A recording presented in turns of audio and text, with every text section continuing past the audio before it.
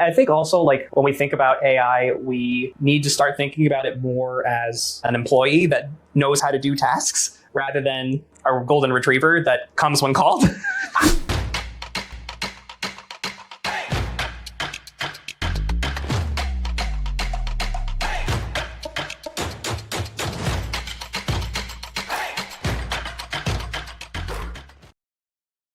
Like if you were to hire a junior employee, over time, they know what you want and do it without asking. But right now, chatbots don't allow for that. We've seen some shifts. I think they're going to become more advanced towards agentic systems where the AI can solve a problem end to end by itself. Personally, I think in our space, there are a few things where fully agentic systems are ready. I think brands still need this level of control and human in the loop ability for a lot of things. But it requires collaboration with the retailer, marketplace, and aggregator partners, for sure, allowing brands to bring this data at scale. For sure. Because at the moment, from my personal point of view, there is still opportunity and money to be made from the first-party data on the retailer side. So I feel like there is a deliberate barrier for brands to bring their full-scale data into the equation. That's my humble observation. The AI. I just published a post the other day, Group M's mid-year forecast report about the digital media investment forecasts and performances across regions. There was one significant number caught my attention, and you touched upon on this. Today, in 2024, across different digital media channels, search, social, retail media, and others, 69% of the investment impacted by AI technologies in place. And this number is to be expected to grow above 90% by 2029, just 5 years from now. Where do you see AI's involvement in retail media technology today as a retail media tech company, Pentaleap? I'm sure you're using AI at some degree, some level, and also measurement aspects. Where do you see AI's role? And do you also see these numbers, 69% today, 90% in 2029, being impactful on retail media discussion or digital media discussion? Look, I think almost every aspect of digital marketing today is impacted by AI already. It's probably AI started or had an impact much earlier than we even use tools like ChatGPT and Cloarec. Right. Bidding algorithms, Google's bidding is heavy AI, and it started much earlier. There are several aspects in retail media where AI will impact this. One that might be just changing the whole game, but let's start with the easy stuff. On-site, personalization, what products do you show a user that is navigating your website? And this is already high-end AI. If you take a look at TikTok, for example, they are amazing in personalizing your feed. And we will see more and more of this in retail technology. And I can tell you what our approach at Pentaleap is. We do not build personalization in a retail media silo. This does not make any sense at all. Mm-hmm. Retail media today is, there's this organic stuff and we use high-end AI, but then we want to show ads and you throw just some ads in and you, claim, this is also AI. But it's not. There's a huge gap. It's broader than that. Yeah. So what needs to be done is you have to figure out what products should I show a user, whether they are sponsored, have a sponsored label on them or not, doesn't matter. So there must be one algorithm that takes the entirety of the e-com data, user shopping history and all those things that then delivers a website with a ranking of products. And now comes retail media. So products that have high bids should somehow impact that ranking, but the silo needs to be broken, right? This also opens up another opportunity because yes, personalization is a huge impact within the own media on site, and this becomes the relevancy aspect of the technologies like Pentaleap providing performance similar to the organic search. But what about retargeting? Because you can also retarget the same consumer in a different context, in a different domain, different medium, from search to social and some other offsite engagement. Can you also share some examples of the AI's involvement in the retail media performance on the retargeting aspect? To be honest, I have doubts about the feasibility of those tactics going forward, especially when it comes to Europe. There's people don't want to see spooky ads. Okay.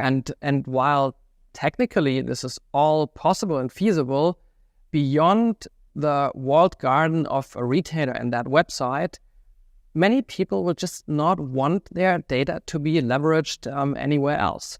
So I doubt that this will be the biggest thing, but still there's a lot of contextual targeting you can still do. I definitely expect improvements on the targeting side. Let's simply take a look at what the most dominating company in the ad space is doing. Google, they have a product that is called PMax. Right. Everyone hates it because it takes control away, but Google will make that work. And PMax is designed in the end to, you have your product feed, you click one button and you let this run across search, Google Shopping, text ads, YouTube, and all channels without really having to manage things in the way you had to do it 10 years before. And I think Google will also, on the long run, play a role, a more prominent role probably in retail media. Budgets will come out of the Google system, everything offsite. Google has this PMax product, which is perfect as a brand in retail media. You can just put your money into PMax, and we are already doing this with Staples, for example. So yeah, there will be a lot of advancement. Also, even on the creative side, it's still the heavy lifting today. If you run social campaign, right, it's getting your creatives together. When you listen to podcasts with Mark Zuckerberg, he tells you, if you have a dog walking business, you will at some point just tell us, oh, look at my dog walking business. And then all the rest, like creatives and campaigns, will pop out from Meta will take care of it. Yeah. And this is where we are heading, which, circling back to our topic, does not mean that Zuck will solve the measurement issue, because why should he? Exactly, of course. Can you give us a little bit of ground level view? What AI technologies, what programmatic capabilities, or what advanced ML algorithms running to power this platform? Yeah. Let's speak a little bit of nerd language, please. So the first thing is audiences, I think, is the space where we are full in machine learning. Right. Where we are now helping clients to basically go directly from their marketing objectives straight into an audience. Right. To say, I need more trial on this brand. We then go, here are a high propensity trial list for this brand. Mm-hmm. And therefore, you don't have to go through like, oh, I want to sell this thing and maybe I use this other audiences. And like, you don't need to do this anymore. We can directly serve this up to you. And that is machine learning, and that is self-optimizing. I think it's super interesting. Right here, right now. And accessible to every level of customer. Yes, these are audiences that are directly accessible, up to 100%.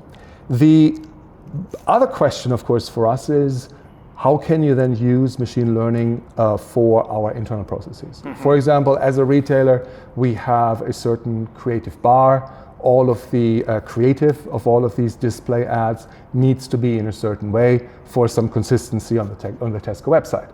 At the moment, these are actually checked by humans. And still today. And therefore, you could look at that and go like, well, checking something, giving an AI model a ton of past ads and then say, could you please check if future ads kind of look like this, is definitely something that should be feasible. And then I think, look, in the future beyond that, I think at some point there are questions around ad creative generation, where I think the jury is still out. And I think a lot of the CPG clients are also still figuring out how this exactly would work. If quantity is okay, but quality and relevancy, consistency. How I know my CPG clients and all of these brands is that they tend to have a pretty strict opinion what it should look like, and 80% okay is not okay. So therefore, that is. They're not ready to give it to Gen AI yet. Yeah, exactly. That's the direction of travel. We don't have time to analyze, dissect, and absorb anymore. We just want the experience and go on with it as a consumer. Yeah. So I think cracking consumer behavior nowadays is much more easier and faster with the data, as long as you can get your hands on the data. Exactly. And then you have to weaponize it, right? Like it's going to sound kind of scary to say, but the fate of your business is decided in 13 milliseconds. Right. That is the attention span that people have now. Correct. It is scroll, see, click, and that kind of, consumer behavior just leads us to this world where decisions are happening subconsciously, not consciously. You see something, you like it, you don't. And so when you can capture that data, but then harness it, it provides not only a new competitive advantage, but a really powerful way to get close, ironically, using AI to get closer to your consumers than ever before. Right? Now let's get into the trenches right away. Sure. Because for people with scientific background, it may sound easier than it's really what it is on the field or battleground. But content production is not as easy. I mean, there are agencies, there are content teams, media teams, yes. But please explain a little bit how the technology solutions like Vizit or audience lenses or different capabilities powered by data can help CPGs. Because even today, 2025, 3 years after COVID, we all know, and as an e-commerce, we also know firsthand from our engagements with the CPG global enterprises, content production is still a struggle. And it's not the problem of generating the quantity, but making quality meaningful instances for the consumer. So can you please explain us, where do you see the biggest value proposition and opportunity for content production at CPG enterprise level from your engagements and the technology you're offering? Sure. So you hit on a really interesting point that quantity isn't a problem anymore. Right. And that's such an important thing to consider, because when you think about what ChatGPT and the other AI companies have done, is they've now made it possible for any company, any upstart, to basically have a creative agency on demand. The result of that is a lot more content produced, a lot more noise. And so to the CPGs that are listening, the risk of becoming invisible is now non-zero because of the fact that there is so much content coming out. So the critical question that you have to answer is this the right content? Is this content good? And so where Vizit fits into the content production workstream and into the content lifecycle is in a few important areas. So when you if you begin the content process, you have a research question, you have a brief. There's a goal that you want to achieve, right? It's holiday coming up and you want to refresh your product page content. So what typically happens in a pre-Vizit world is you would brief your design team or your design agency, and they would go create a bunch of concepts. They would then bring those concepts, you're smiling, and you're Sounds like 60s already. That's right. Highest paid person in the room, the hippos, I like that one. And you kind of go down this path of more subjective iteration. Vizit upends that. And we basically first give our customers cheat codes that help them understand, right now on the digital shelf in your category, here's what content is converting the best. And here's what content is converting the worst. Not just from your own, but your competitive set. That gives you really good inspiration. Category-wide. Category-wide, to help you understand, what does good look like? That then enables our customers to create playbooks and guides that then say, okay, when this is the audience that we're trying to attract in this particular market, in this particular category for this brand, here are some of the do's and don'ts based on what is proven to be effective. And then you get into the production itself. So again, what AI systems, what incredible designers are able to do is create tons of variants, right? You could photograph a cheeseburger or a can of tuna fish in 1,000 different ways, 1 trillion different ways. We can make tuna even swim. That's right. So when you have all of those different options, what Vizit then provides is predictive scoring in the content development process. So that we call it Vizit verified content. You can verify the effectiveness of your content before putting it into syndication. And before even putting it into DAM. Exactly. Right. That's before exactly right. Before even the approval stage. So it gives you A/B testing before running the content. That's exactly right. How are you utilizing AI today for retail media campaigns other than the content itself? So first of all, we're not using it so much because the level of maturity in retail media in Europe still very nascent. Yeah. But in the most advanced countries and discussion, I think today the usage could be interesting on two main purposes. First of all, probably the way to buy media. Because for sure this is also the job that is totally revolutionizing themselves. There is so much opportunities now that probably doing the right bid at the right timing is something where we will need probably support. And this is one of the first interesting part. Second one could come also from the segmentation piece.